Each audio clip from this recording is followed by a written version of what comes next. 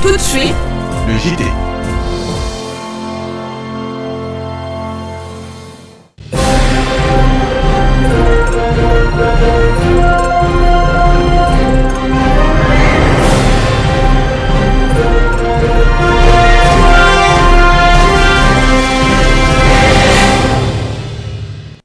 Mesdames, Messieurs, bonsoir et bienvenue dans cette grande édition d'information pour les auditeurs de la radio Electron FM. Retrouvez-nous sur la fréquence 89.1 MHz. Bienvenue à toutes et à tous.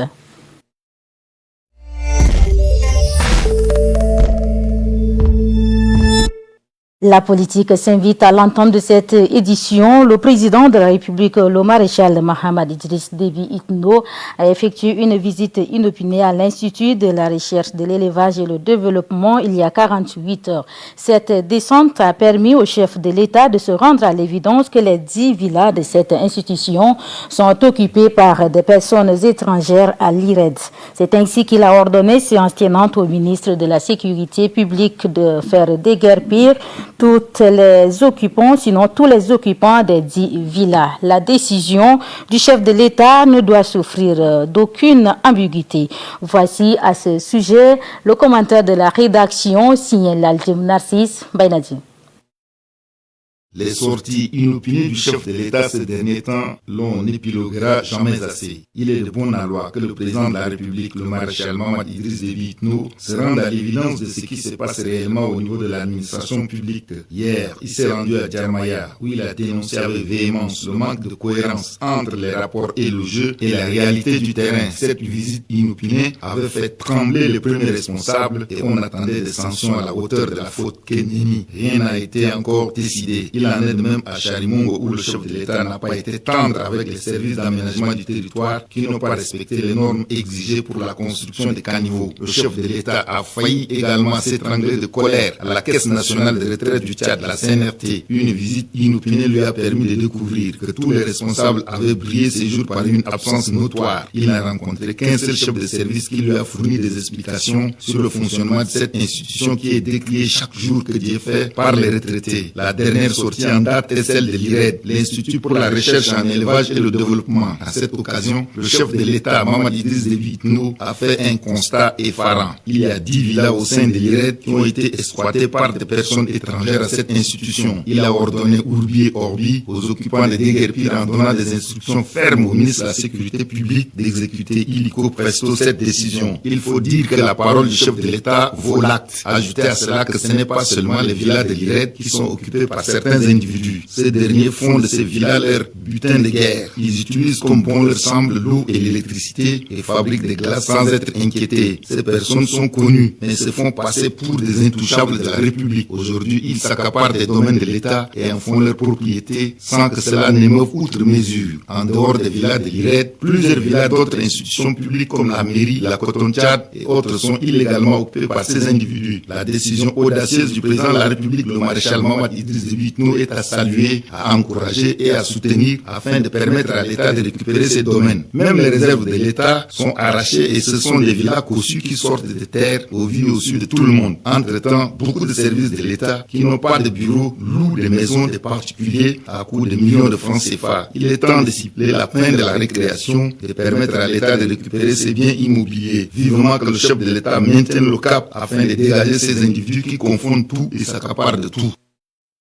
Merci l'Algem Narcisse. Dans le même chapitre, le ministre de l'Eau et de l'Énergie, Pascal Kanabé Marcellin, a déclaré qu'en un an, l'offre de l'électricité a doublé. Cette déclaration a été faite lors de l'adoption du projet de loi portant dissolution de la ST2E, Société tchadienne d'eau et d'électricité, le 8 juillet au Palais des Arts et de la Culture. Il a indiqué que des efforts sont en train d'être fournis par le gouvernement afin de résoudre la crise énergétique. Pour plus de détails, suivez un extrait de son intervention sélectionnée et proposée par Mistangar Victor. Il y a de cela 4 mois, nous étions réunis dans cette salle à l'occasion de la cérémonie mémorable marquant l'installation du premier Sénat de l'histoire du Tchad. Aujourd'hui encore, nous vous convions dans cette même salle pour célébrer ensemble un autre moment de portée très symbolique dans la vie de notre institution, à savoir la clôture de la première session ordinaire du Sénat. Au-delà d'une simple formalité administrative, cette cérémonie nous donne l'opportunité de dresser le bilan de 4 premiers mois d'existence de la jeune chambre haute de notre Parlement bicaméral et en même temps d'aborder bien d'autres sujets d'intérêt national. La première session ordinaire du Sénat que nous clôturons ce soir aura été marquée par l'examen et l'adoption de 7 projets de loi.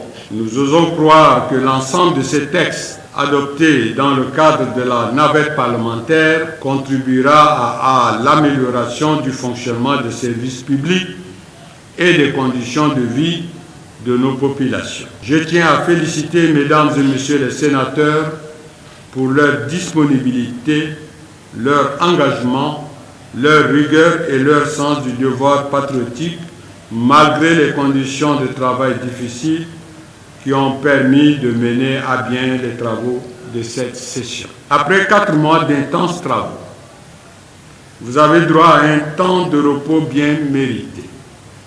À ce titre, les vacances qui s'ouvrent dès demain vous donneront l'occasion de descendre sur le terrain auprès de vos bases respectives afin de vous imprégner de leur réalité, de partager leurs joies et leurs peines, de recueillir leurs doléances et de nous les remonter. Entre-temps, dans un communiqué de presse remis à notre rédaction, la coalition Justice et Égalité dénonce les dérives autoritaires du régime, l'instrumentalisation flagrante de la justice et l'arrestation d'une des figures de l'opposition, le président du parti Les Transformateurs, Dr Succès Masra, qu'elle qualifie d'arbitraire. Le document rappelle que l'arrestation du Succès Masra est une violation des lois tchadiennes, des conventions internationales et les principes élémentaires de justice.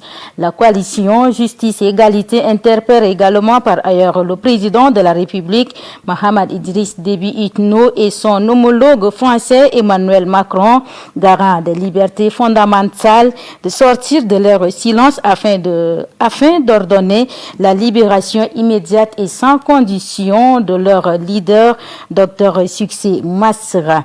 Elle en appelle la communauté internationale, notamment la CEAC, l'Union africaine, l'Union européenne, l'ONU et le Haut Commissariat des droits de l'homme et toutes les organisations à plaider pour la cause du leader des transformateurs dans un principe démocratique. Le communiqué porte les ceintures de ses membres.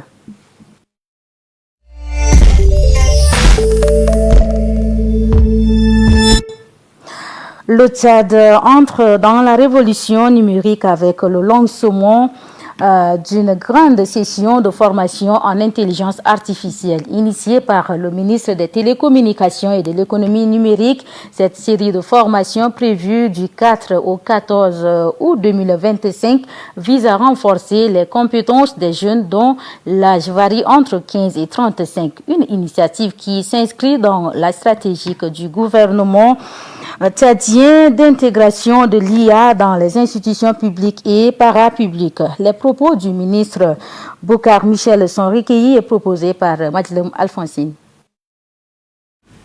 Nous sommes désormais entrés de plein pied dans la 4e révolution industrielle. Une ère où l'intelligence artificielle, les données massives de l'automatisation bouleversent nos modes de vie, de travail et de l'interaction. L'intelligence artificielle ou IA, comme certains préfèrent l'abréger, n'est pas une technologie du futur. Elle est la réalité d'aujourd'hui. Elle est présente dans nos téléphones, nos hôpitaux, nos écoles, notre agriculture, nos maisons, notre mode de vie, dans les transports. Et elle continuera de transformer notre société dans les années à venir. Face à cette résolution, Le Tchad ne peut rester en marche. Nous devons préparer notre jeunesse à saisir cette opportunité historique. C'est pourquoi, sous l'impulsion du chef de l'État, visionnaire, le maréchal Mohamed Idriss Déby Itno, qui nous a instruit d'occuper le jeu, de faire partie de cette jeunesse d'aujourd'hui qui doit prendre en main cette technologie qui est l'IA. Nous avons une jeunesse qui veut se former. Mais où se former? Nous ne faisons pas faire appel à ceux qui sont en dehors de nous, sauf si les compétences nous en manquent. Il est question d'impliquer tout le monde, les enseignants. Mais pour l'Afrique qui veut aller plus loin, le chef de l'État, le maréchal Mohamed Idriss Déby Itno, qui veut s'affirmer au niveau, qui s'est déjà affirmé au niveau international, en traversant les barrières de notre pays, le Tchad, non seulement les armes, qui a les armes pour soutenir ceux qui sont dans des situations difficiles. On veut faire du Tchad un hub de la technologie où on pourra migrer les jeunes formés pour traverser nos frontières.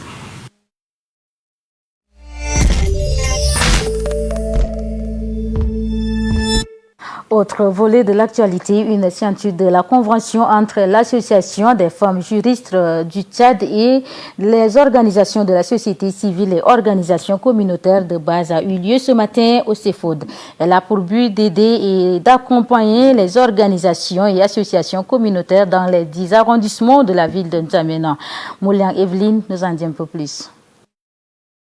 Cette signature de convention est un fruit de long processus qui vient d'être matérialisé. C'est un projet en partenariat avec Humanité Inclusive qui vise à aider et accompagner les organisations de la société civile et communautaire. Ce sont au total 10 organisations qui bénéficient de cet accompagnement qui fait d'elles partie prenante dans la politique publique. Cet événement souligne un engagement fort de l'Association des femmes juristes au Tchad à renforcer ses liens avec les acteurs de terrain, essentiels pour la promotion et la défense des droits humains. La collaboration avec les organisations de la société civile et organisations communautaires de base permet de multiplier les efforts afin d'atteindre un public plus large, notamment dans les zones reculées où l'accès à l'information juridique est difficile. Mekombe Thérèse, présidente de l'AFJT, situe l'objectif de la signature de cet accord. La convention que nous venons de signer est un autre processus que nous avons commencé avec les OEC et les OCB. Ça fait pratiquement une année que nous sommes en train de s'accompagner. Nous avons un projet en partenariat avec Humanité Inclusive et dans ce projet-là, il était question d'accompagner les associations de la société civile en renforcement de leurs capacités afin qu'ils puissent être des parties prenantes dans les politiques publiques au niveau de leur localité. Et si vous avez constaté, les différentes organisations qui ont signé cette convention-là viennent pratiquement des 10 arrondissements de N'Djamena.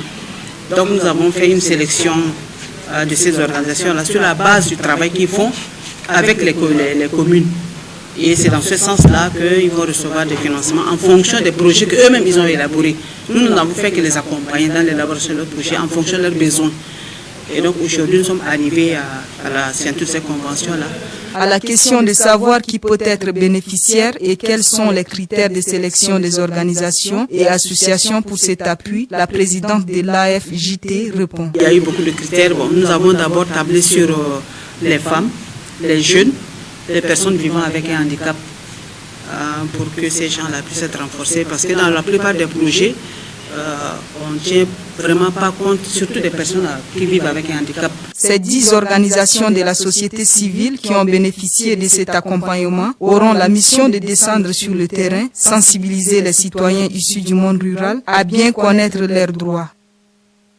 L'Organisation internationale pour les migrations au Tchad, entendez OIM, en collaboration avec le ministère des Affaires étrangères, de l'intégration africaine et des Tchadiens de l'étranger, a organisé un atelier de validation du profil migratoire au Tchad. C'était ce matin dans les locaux du dit ministère. Djangbey Gelngar Évariste, secrétaire général, qui a donné le coup d'envoi de cet atelier. Chose vue et entendue par Nadine Nicolas. C'est un atelier qui vise à valider le projet d'envergure pour le renforcement des mécanismes de collecte et d'analyse des données migratoires afin d'accroître leur disponibilité et leur accessibilité. Cet événement marque une étape décisive pour le Tchad et pour la gouvernance des migrations. C'est un cadre qui permet de valider une vision, une compréhension approfondie et une feuille de route stratégique pour l'avenir de la migration au Tchad. C'est fort de ce constat que le gouvernement du Tchad, avec le soutien de l'Organisation internationale pour les migrations, et grâce au financement du Fonds de l'OIM pour le développement, que nous avons entrepris l'élaboration de ce profil migratoire.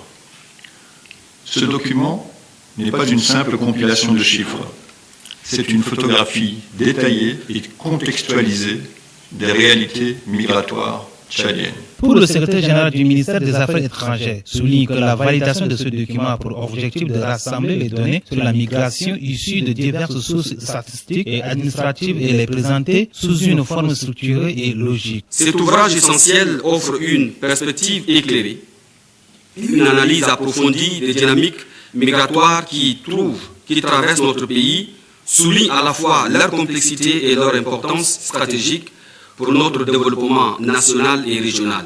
Cela dénote de la volonté du maréchal Mamadou Idriss Déby Itno, président de la République du Tchad, chef de l'État, d'honorer les engagements pris lors du forum sur le pacte mondial pour les migrations sûres, ordonnées et régulières en 2018 à Marrakech. Le gouvernement tchadien salue l'effort de l'OIM pour son implication sans faille dans la mise en œuvre du profil migratoire au Tchad et aussi sans oublier les efforts des ministères concernés de l'avoir accompagné tout au long de ce processus d'élaboration du rapport. La présentation de ce document a été approuvée par des recommandations et acclamations. Cette politique de profil migratoire est une étape cruciale. Elle signifie l'adhésion à ces conclusions et l'engagement à traduire ces recommandations en actions concrètes. Cet atelier a vu la participation des quelques membres des représentations diplomatiques, des membres de la société civile et ceux du réseau des Nations Unies sur la migration. Merci Bainati Nicolas. Le manque d'accès à l'éducation des filles et à l'emploi est une problématique mondiale persistante qui entrave non seulement l'épanouissement individuel de ces dernières, mais freine le développement socio-économique des nations. Ce phénomène complexe est enraciné dans une multitude de facteurs interdépendants allant des normes sociales et culturelles discriminatoires aux inégalités économiques. Léna Mbikirayo.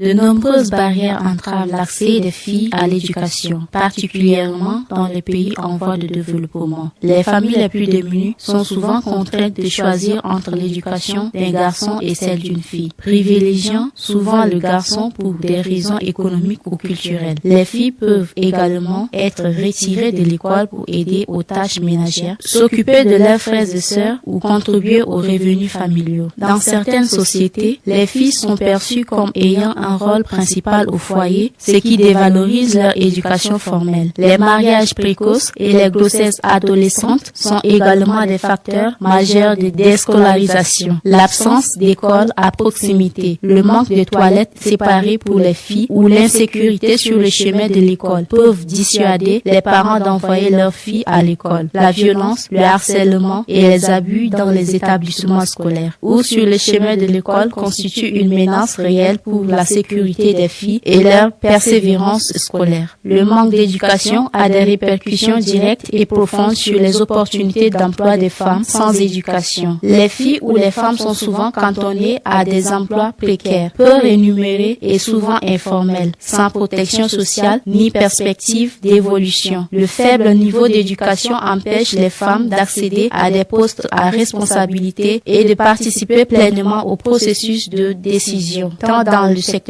public que privé. Même au niveau d'éducation et d'expérience, les femmes sont souvent confrontées à des écarts salariaux significatifs par rapport aux hommes. Investir dans l'éducation et l'emploi des femmes n'est pas seulement une question de justice sociale. C'est également un levier essentiel pour le développement durable. Les sociétés qui autonomisent leurs femmes par l'éducation et l'emploi bénéficient d'une meilleure santé maternelle et infantile, d'une réduction de la pauvreté, d'une croissance économique accrue et d'une participation civique renforcée. Cela inclut la gratuité de l'éducation, des bourses pour les filles, des infrastructures scolaires adaptées et des programmes de sensibilisation sur l'importance de l'éducation des filles. Il est crucial de déconstruire les normes sociales et culturelles qui limitent le rôle des femmes et de promouvoir une image égalitaire de genre dès le plus jeune âge. Féliciter société, puisqu'on en parle, restons-y pour dire que dans la société tchadienne, à l'instar d'autres sociétés africaines, la cellule familiale demeure un pilier essentiel de la transmission des valeurs et de l'éducation. Pourtant, sous cette apparente harmonie se dissimule une réalité bien plus complexe, une répartition inégale des chances entre les enfants selon leur sexe. Malgré les avancées sociales et les textes internationaux en vigueur, les discriminations des sexes bas sont pleins au sein des foyers. Pour plus de précision, écoutons à ce sujet Frida Ketem. Allô. Dans l'imaginaire collectif, l'enfant est perçu comme une bénédiction, garant de la postérité et de la pérennité de la famille. Très tôt, les jeunes sont initiés aux responsabilités domestiques, aux travaux agricoles et à la vie communautaire, dans le but de les préparer à affronter les défis de la vie adulte. Cependant, cette éducation, pourtant légitime en apparence, prend souvent une tournure inégalitaire. Les garçons sont systématiquement valorisés et préparés à devenir les héritiers et les chefs des familles de demain, tandis que les filles sont reléguées à des rôles subalternes, cartonnées à la cuisine ou au champ, au nom d'une tradition ténance. Cette différenciation, largement intériorisée, freine leur accès à l'éducation, à la formation et à l'épanouissement personnel. Pourtant, les instruments juridiques internationaux, tels que la Convention relative aux droits de l'enfant des Nations Unies, affirment avec force le principe d'égalité entre tous les enfants, sans distinction de sexe. Jasrabe John Kubo Alexis, spécialiste de la protection de l'enfance, rappelle les obligations légales des États et des familles en matière de traitement équitable des enfants. La majeure partie de la Convention accorde de l'importance aux droits des enfants. Est-ce que vous voyez? Et dans cette Convention-là même, il y a des principes qu'on est tenu à respecter. Le principe de la participation, le principe de non-discrimination. En soi, lorsqu'un enfant est discriminé, lorsqu'un enfant est défavorisé, ça veut dire que c'est son droit-là qui est en train d'être bafoué. Il souligne par ailleurs que si l'initiation des enfants aux tâches domestiques peuvent avoir un rôle éducatif, elle doit néanmoins se faire dans le respect de leur âge et de leur développement. Une inégalité prolongée, explique-t-il, n'est jamais sans conséquence ni pour l'enfant discriminé, ni pour la cohésion familiale dans son ensemble. Cette manière de faire là crée même de division au sein d'une fratrie. Parce que la femme, la fille, au lieu qu'elle s'épanouisse, au lieu qu'elle se développe tant mentalement, physiquement et spirituellement, elle regarde cette discrimination et de fois ça peut apporter des perturbations dans son cycle de développement. Et qui va payer les pots partir demain? C'est le parent. La famille tchadienne, en tant que premier lieu d'apprentissage et de socialisation, détient une responsabilité cruciale dans la construction d'une société plus équitable. Accorder les mêmes chances à tous les enfants, sans distinction de sexe, revient non seulement à respecter leurs droits fondamentaux, mais aussi à leur permettre de développer pleinement leur potentiel. Il est temps que les mentalités évoluent au sein de foyers afin que chaque enfant, fille ou garçon, puisse espérer un avenir à la hauteur de ses rêves.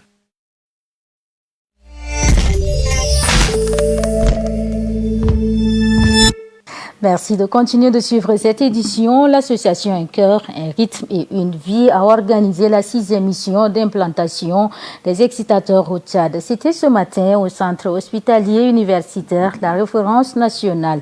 L'objectif de cette association est de développer la rythmologie au Tchad. Cette mission a vu la présence des cardiologues tchadiens qui travaillent en France. Roselyne Diecourbois était de la partie.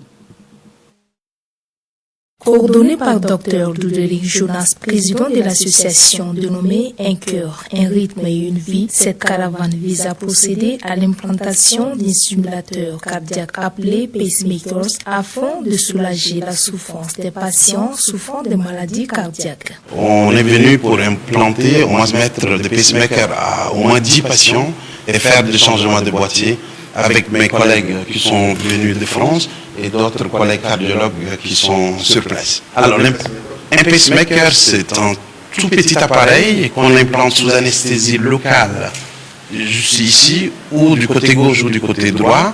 Le but, c'est que ça puisse régulariser le cœur, le rythme du cœur.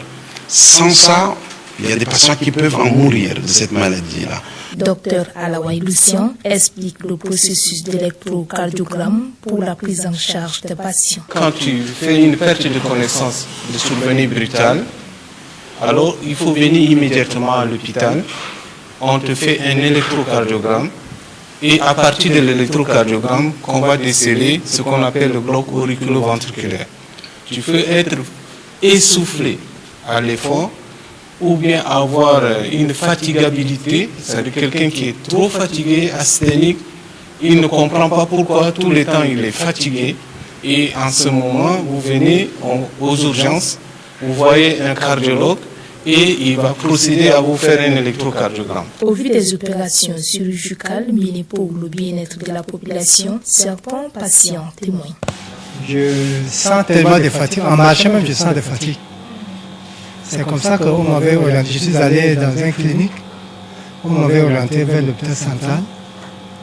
Et je suis venu trouver le médecin, le professeur agrégé Naïbé. C'est lui qui m'avait consulté.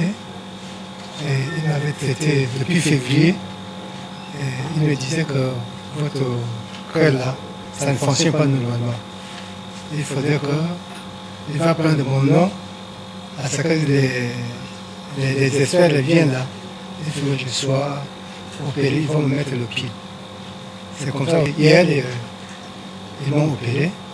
Je vois que je me sens un peu en bonne santé. Rappelons que cette association est créée en 2014 et est au service de la population pour sauver des vies depuis 2015. Les médecins cardiologues durant leur passage au Tchad ont eu à mettre plus de 40 pacemakers aux malades souffrant d'une insuffisance cardiaque dans le cadre des missions humanitaires au Tchad.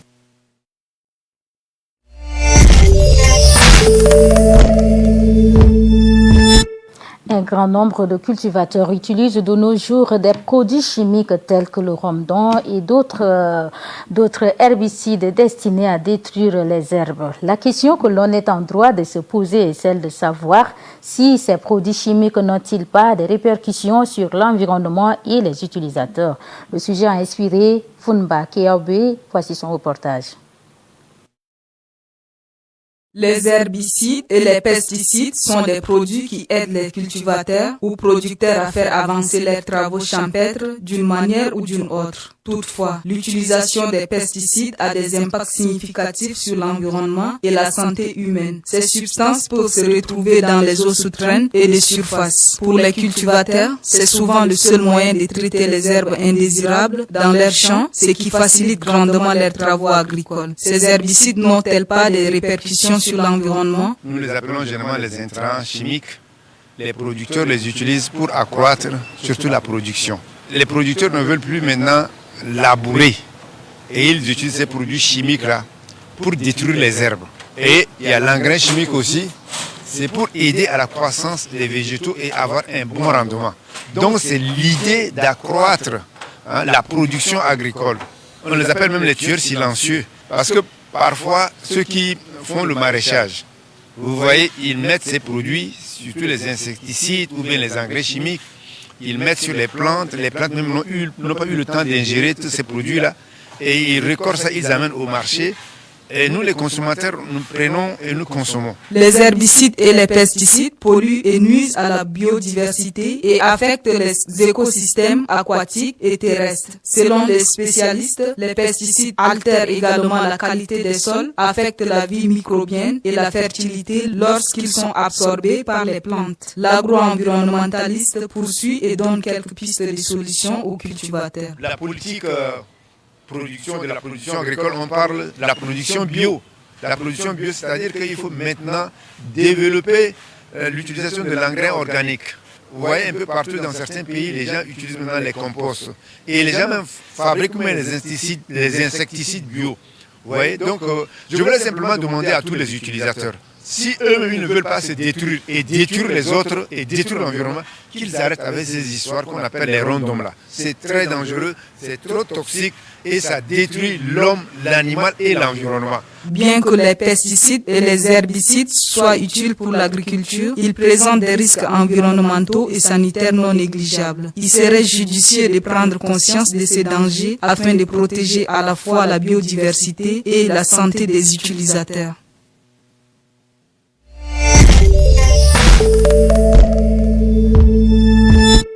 Mesdames et messieurs, de chez nous, hors de nos frontières, pour dire que ce mercredi 9 juillet 2025, Donald Trump a réuni à la Maison-Blanche les présidents libériens, sénégalais, mauritaniens, bissau-guinéens et gabonais pour un mini-sommet entre les États-Unis et ses 5 pays membres. Cette rencontre stratégique vise à contrôler l'influence sur le continent de la Chine et de la Russie. Suivez le commentaire signé Sonia Ranoudi avec le récit de Yaki Lydia. Les 5 présidents africains considérés comme des pays riches en minerais, notamment en or ou en terres rares, sont invités à la Maison-Blanche. Il s'agit notamment des présidents libériens, sénégalais, mauritaniens, bissau-guinéens et gabonais. Face à Donald Trump, ces chefs d'État vont jouer carte sur la table en misant sur un partenariat portant sur les ressources souterraines, seul moyen de concurrencer, d'accélérer le développement socio-économique du continent africain. La rencontre de ce mercredi intervient quelques jours après le démantèlement officiel de l'UCED, l'agence de développement international dont sont bénéficiaires de nombreux pays d'Afrique, et au moment où l'administration Trump a décidé fortement de réduire sa contribution à l'aide internationale. Depuis son retour à la Maison-Blanche, Donald Trump prône une diplomatie fondée sur des principes transactionnels et a mis la question des minerais au centre des négociations avec de nombreux États étrangers, comme avec l'Ukraine, ou dans le cadre de l'accord de paix entre Rwanda et la République démocratique du Congo. Cette visite qui s'inscrit dans un dialogue de haut niveau entre l'administration américaine et ces 5 pays africains se déroule dans un contexte particulier. Elle vise aussi, selon certains observateurs aux États-Unis, de se positionner afin de faire face à la Chine et à la Russie qui sont en train de prendre le dessus en Afrique en termes de commerce et bien d'autres domaines. Chers téléspectateurs, internautes de la chaîne citoyenne, auditeurs de la radio IFM, c'est ici que s'achève cette édition d'information. Merci de l'avoir suivi. Merci à la régie. Restez en notre compagnie pour la suite de nos programmes. Au revoir et portez-vous bien.